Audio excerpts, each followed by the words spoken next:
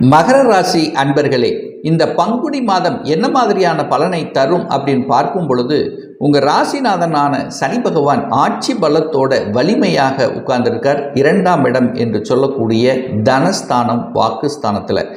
இந்த மாதம் பங்குனி மாதம் 15ஆம் தேதி என்று சனி பகவான் பெயர்ச்சியாகிறது. அதாவது 2ஆம் இடத்திலிருந்து 3ஆம் இடத்துக்கு பெயர்ச்சியாகிறது. அப்போது இந்த சனி பெயர்ச்சிக்கு அப்புறம் பார்த்தீங்கன்னா 7.5 சனியிலிருந்து முற்றிலும் விடுதலையாகிறீர்கள் இந்த மகர ராசி என்பர்கள்.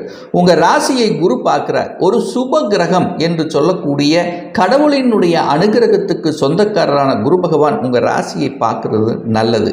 அப்போது கடந்த சில வருடங்களாகவே இந்த 7.5 சனி 7.5 வருடங்களாகவே சில அழுத்தம், பிரஷர், தொழிலில் சில தொந்தரவுகள், குடும்பம் ரீதியாக சில தொந்தரவுகள், இந்த மாதிரியாக இருந்து கடன் பிரச்சனை, நோய் பிரச்சனை, எதிர்ப்பு, பகை, இந்த மாதிரியான விஷயங்கள் அத்தனையும்